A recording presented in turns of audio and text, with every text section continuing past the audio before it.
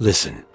The rhythmic, heavy leather-on-leather groan of thick waxed straps, tightening aggressively around your bicep and torso.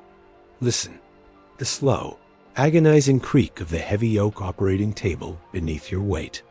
Your breath is short, tasting of the stale tobacco and dried blood that permanently infuses the stagnant, gray air of this London surgical theater.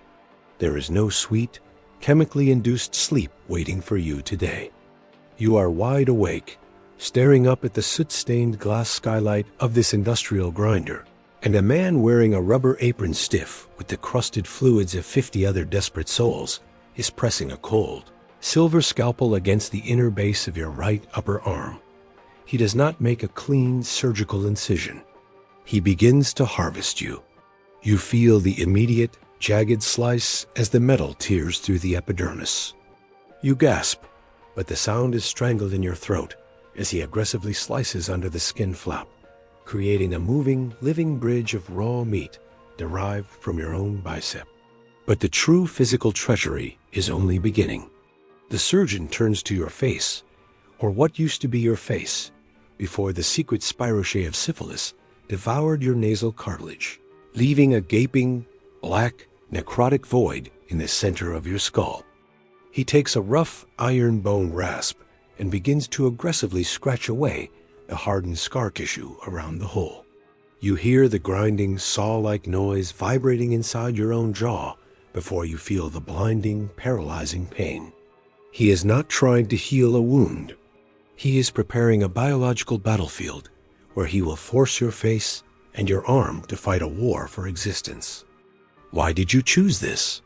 Why endure a pain that shatters your very mind? Because vanity is a more terrifying master than any rot.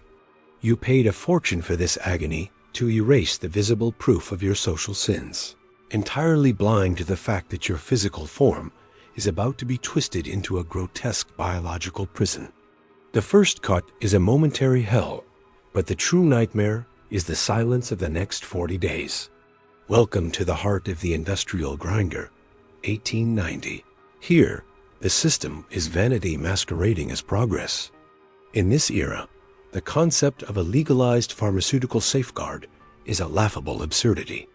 Speed is the only metric of surgical success. The surgeon believes his hands are pristine because he dipped them in warm water an hour ago. He does not see the microscopic executioners crawling across his fingernails. The surgeon and his assistants move at the relentless pace of a factory floor, viewing your anatomical crisis not as a human tragedy, but as a technical challenge to be overpowered by raw force. The great biological deception of this era is that you believe you are paying for restoration. You are actually paying to be dismantled. 1890 is the high-water mark of the Italian method of rhinoplasty, a brutal procedure used to treat the syphilis fissure that is rapidly melting the faces of the Victorian elite. If you have the stomach to keep descending into this pit with me, hit the like button now. It is the absolute price of admission to the high society morgue. Only the brave survive the unvarnished truth of the Victorian theater. The surgeon grabs your raw, lifted bicep. He pulls it backward and upward, twisting your shoulder joint until you hear the tendons creak, forcing your raw arm ridge directly against your mutilated face. He aligns the raw flap from your arm with the raw, scratched edges of the black void in your skull. He takes a massive, thick bone needle threaded with coarse, unsterilized silk and drives it through the flap. He is physically sewing your arm directly into your face. The stitch pulls tight. He repeats the process. 1, 2, 10 times. You are entirely conscious, locked inside a human machine of meat and bone, feeling every individual tug of the thread through your raw nerve endings. The physical violation is supreme, but the ritual has only just completed its first mechanical step. He finishes the final stitch. You are now biologically connected to your own arm via your face. Your right arm is fixed in a permanent, grotesque salute, locked against your mutilated skull. You think the pain of the needle was the peak. You are entirely, tragically wrong. The actual instrument of your biological collapse hasn't even revealed itself. It isn't the knife. It is the absolute immobility of the next 40 days. The surgeon steps back, wiping the blood from his iron-edged needle onto his apron. He congratulates himself on his victory. You believe he is a medical genius. You are wrong. Now he must ensure total immobilization, because the slightest muscular movement will tear the delicate, newly formed capillary connections between arm and face. He takes heavy, unwashed linen bandages and begins to wrap them aggressively around your neck, your arm, your shoulder, and your head. He is building a rigid structural cage of cloth, locking you into a statue-like biological posture. You cannot move your head. You cannot lower your arm. You are expected to remain in this exact, agonizingly rigid position 24 hours a day for nearly 6 weeks. Within the first 12 hours, the true nature of the silent protocol reveals itself. The torture of 1890 plastic surgery is not the binding. It is the stillness. Your shoulder muscles begin to actively scream in the absence of blood flow. Atrophy is starting its relentless assault. The muscle fibers are shortening, cementing your joint into its upward salute. The tendons in your neck are being compressed, sending sharp, electrical shocks of pain down your spine with every shallow breath. The blood plasma is pooling in your immobile hand, turning your fingers into heavy, numb, purple sausages. But the physical agony is just the preamble. You are trapped. You are immobile, and you are not alone. Flies arrive first. They land on the raw, exposed flesh of your arm ridge. You cannot swat them. They crawl into the open cavity in your skull. You cannot blink them away. Then, the cockroaches find the humid, warm, raw flesh connection right under your nose. They begin to feed on the dead tissue and the pus seeping from the suture lines, completely unhindered, for 40 agonizing days. You are locked inside a human machine of meat and bone, feeling every insect leg, entirely conscious. But the physical violation is not the only treachery. The real betrayer is the inescapable odor of your own body, turning into a petri dish of decay. The smell of the decaying flesh bridge, mixed with your own unwashed sweat, sits directly under your nasal passage. You cannot turn away. You are literally living inside the geography of your own biological rot. The ultimate betrayal is that your face is not just fused to your arm. It is fused to the smell of your own death. Gravity wasn't the main executioner in this anatomical dungeon. Gravity was merely setting the stage for a much more pervasive, microscopic executioner. In 1890, the Victorian physician believes in the miasma theory. He believes the sickness comes from the bad air, the toxic cloud generated by the stagnant sewage in the Thames. He builds a mask for his nose, but he ignores his own filthy fingernails. The physician of 1890 builds a fortress against the wind, completely ignorant of the biological threat hidden in his own rubber apron. This is the central betrayal of the Italian method.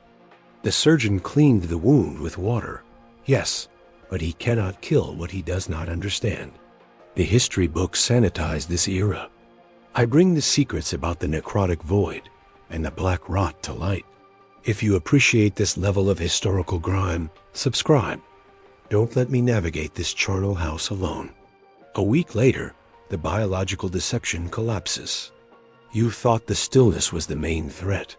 This is the final biological lie. Surviving the surgeon's unsterilized rasp is only the prologue to the actual. Unstoppable the tormentor, hiding in the damp bandages of your restoration. A microscopic invader from the previous patient's pus has found the raw, deep surgical wound on your face. Look closely. The skin over your new nose is turning a furious, aggressive red. This is severe lymphangitis. The surgeon, realizing the graft is failing, is forced to act again. There is no anesthesia. He takes his long silver curette and begins the ritual of cleansing your face, violently scraping away the black, liquefied necrosis, and the feces-smelling discharge from the sutures. He is digging into your raw meat while you are wide awake, screaming until your throat tears, but the sound is swallowed by the thick gaslight smoke. He severes the living bridge, cutting the connection between arm and face. You think you are free, but as the arm is lowered for the first time in 40 days, you look into the mirror. The skin over your new nose turns a ghastly corpse white. Then it turns blue. The biological deception is total. Your body has utterly rejected the abomination. The face and the arm did not fuse. They simply died together in the dark. You are left with a stump on your arm and a deeper hole in your face, the guards of your immune system evaporated by systemic sepsis. The tragic, horrific failures of the Italian method and the early pioneers of rhinoplasty left a trail of disfigured faces across the Victorian elite. The doctors of 1890 walked through the crowded hospitals, believing they were fighting a theoretical bad air, completely unaware that the actual biological tormentor, the microscopic bacteria from unwashed hands, was systemically slaughtering their patients. They believed the dungeon tone of ancient medicine was gone. They were fundamentally wrong. We look back at 1890 and we shudder at the lack of antibiotics. We feel secure in our modern world of 3D printed titanium and digital sterilization. We have solved the puzzle of the stitched arms. But the physiological reality of human arrogance has never changed. We have not banned the biological treachery that vanity inflicts on the body. We've simply rebranded it. We've made the marketing exponentially safer, more complex for modern regulators to detect, and infinitely more efficient at targeting human insecurity. The horrific origins of plastic surgery haven't vanished into the history books. Their derivatives are still here.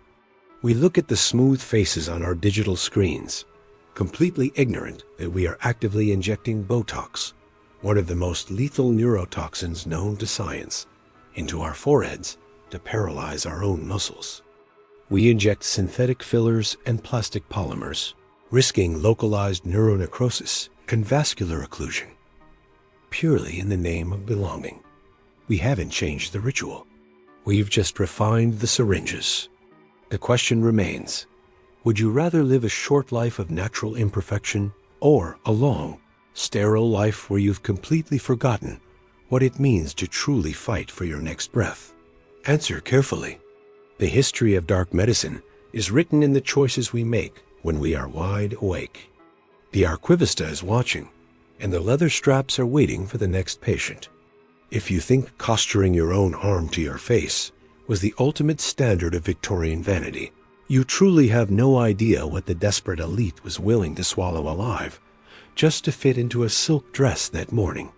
Click the video on your screen right now to enter the horrifying, squirming world of the Victorian tapeworm diet, and I'll see you in the archives.